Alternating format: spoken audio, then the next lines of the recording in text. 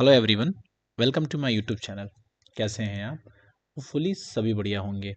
आज हम डिस्कस करने वाले हैं आरआरबी के नोटिफिकेशन के बारे में। रेलवे रिक्रूटमेंट बोर्ड ने क्या किया है, अभी रिसेंटली एक नोटिफिकेशन रिलीज़ किया हुआ है जिसमें उन्होंने अराउंड 1036 वैकेंसी का एक नोटिफिकेशन रिलीज़ हुआ है जो कि मिनिस्ट्रियल एंड आइसोलेटेड कैटेगरी के अंदर वैकेंसी होने वाली है। तो हम डिस्कस करने वाले हैं इसकी एज, क्वालिफिकेशन, इम्पोर्टेंट डेट्स के बारे में। तो इम्पोर्टेंट डेट्स जो है वो 7/1/2025 है। इससे क्या है, फॉर्म फिल होना स्टार्ट होने वाले हैं। और लास्ट डेट क्या रहेगी? 6/2/2025। 6/2/2025 को अप्लाई करने के लिए विंडो क्या है, क्लोज हो जाएगा। आप 6 तारीख तक अप्लाई कर सकते हैं। अगर आप फॉर्म फिल करने में कोई मिस्टेक कर देते हैं, बेसिकली मिस्टेक तो करिएगा मत, ठीक है, बट बाय डिफ़ॉल्ट आपसे गलती से कोई मिस्टेक हो जाती है तो 9/2/2025 से लेके 18/2/2025 तक आप इसमें क्या कर सकते हैं, करेक्शन कर सकते हैं। तो इस चीज़ का डेट का विशेष ध्यान रखिएगा, 7/1 से 6/1।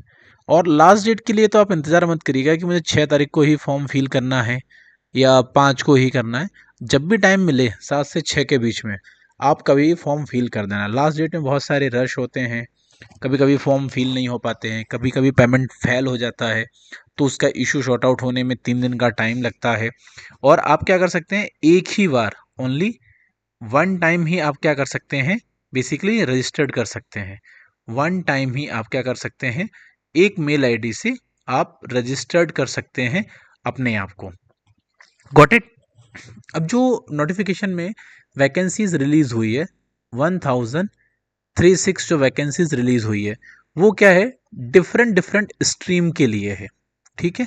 जिसमें 10th पास जो हैं, 12th पास आउट जो हैं, या जिसने आईटीआई किया हुआ है या डिप्लोमा किया हुआ है या कोई भी डिग्री हो किसी भी फील्ड से, या बीई किया हो उन्होंने, बीटेक किया हो, मतलब बेसिकली जो वैकेंसीज हैं, ठीक है, जो भी वैकेंसीज है वो जिस भी डिसिप्लिन से है, ठीक है, या फिर उस स्ट्रीम से है, वो क्या कर सकते हैं, फॉर्म को फिल कर सकते हैं।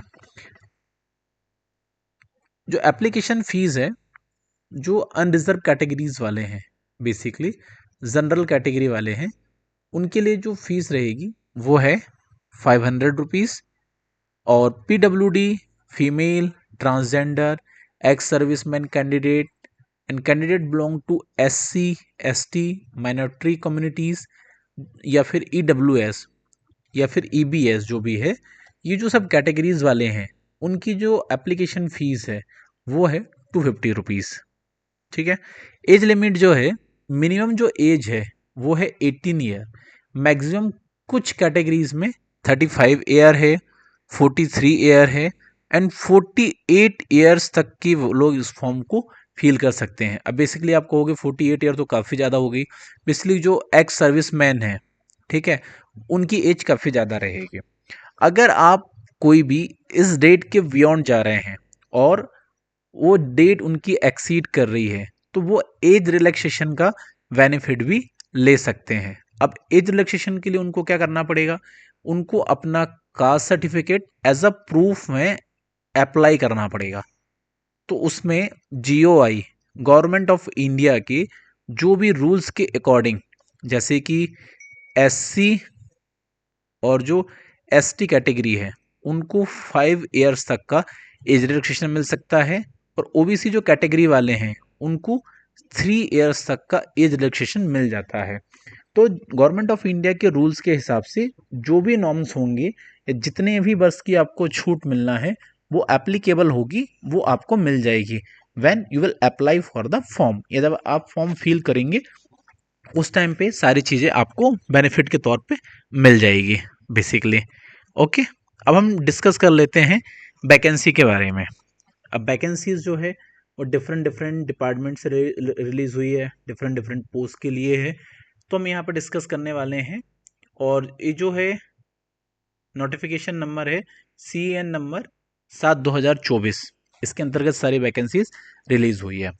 तो फर्स्ट पोस्ट जो है वो है post graduate teachers at different subject. अलग अलग सब्जेक्ट में जो टीचर्स हैं, पोस्ट ग्रेजुएट हैं, उनके लिए 187 पोस्ट हैं, जिसके लिए एज का क्राइटेरिया 18 वर्ष से 48 वर्ष तक का है।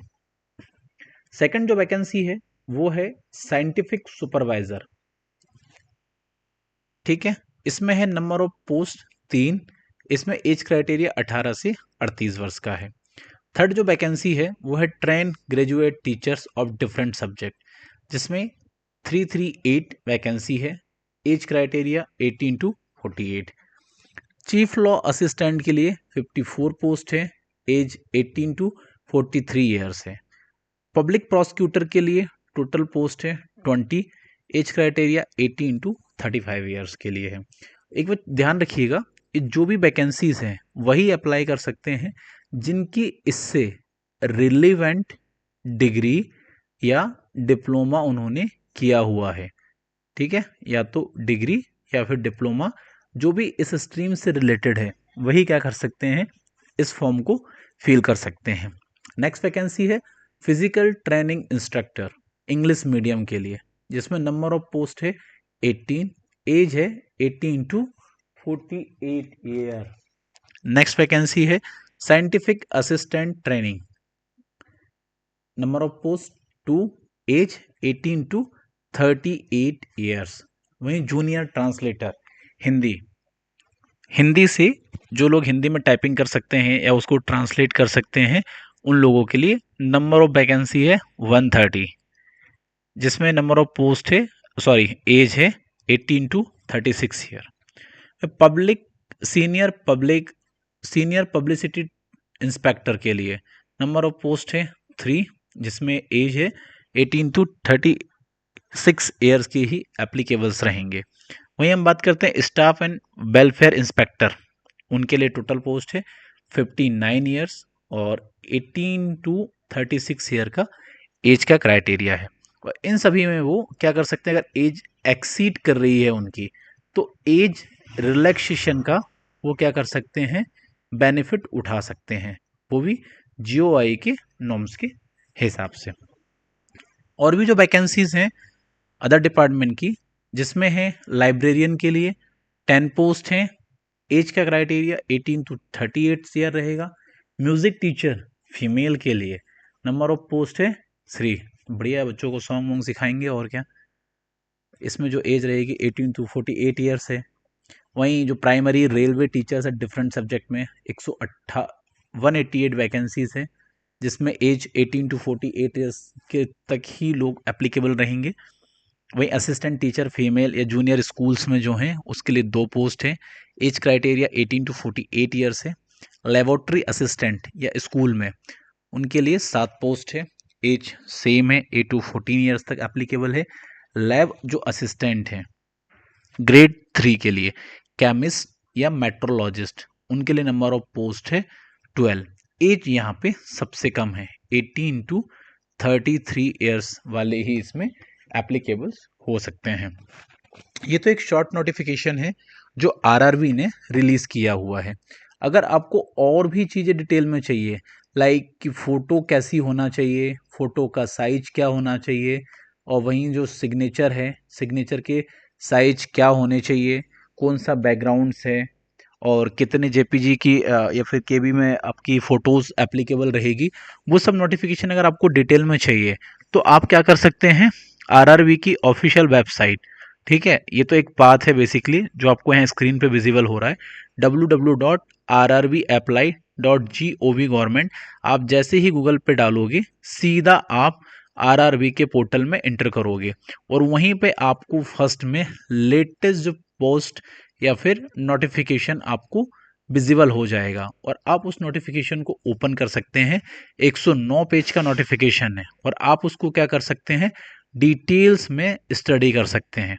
उसी में आपका पोस्ट की अनरिजर्व कैटेगरी के लिए कितनी है, ओबीसी के लिए कितनी है, एसटी के लिए, एससी के लिए नंबर ऑफ पोस्ट कितनी कितनी क्या है, वो सब सारी डिटेल्स क्या होगी आपको उस डिटेल नोटिफिकेशन के अंदर में मिल जाएगी।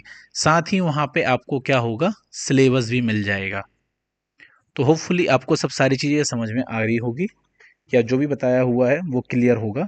अगर फिर भी आपको कोई कन्फ्यूज़न है या फॉर्म फिल करने में या फोटोज़ के साइज में, सिग्नेचर में, कहीं पर भी आपको कोई प्रॉब्लम लगे तो you may drop your query in comment sections.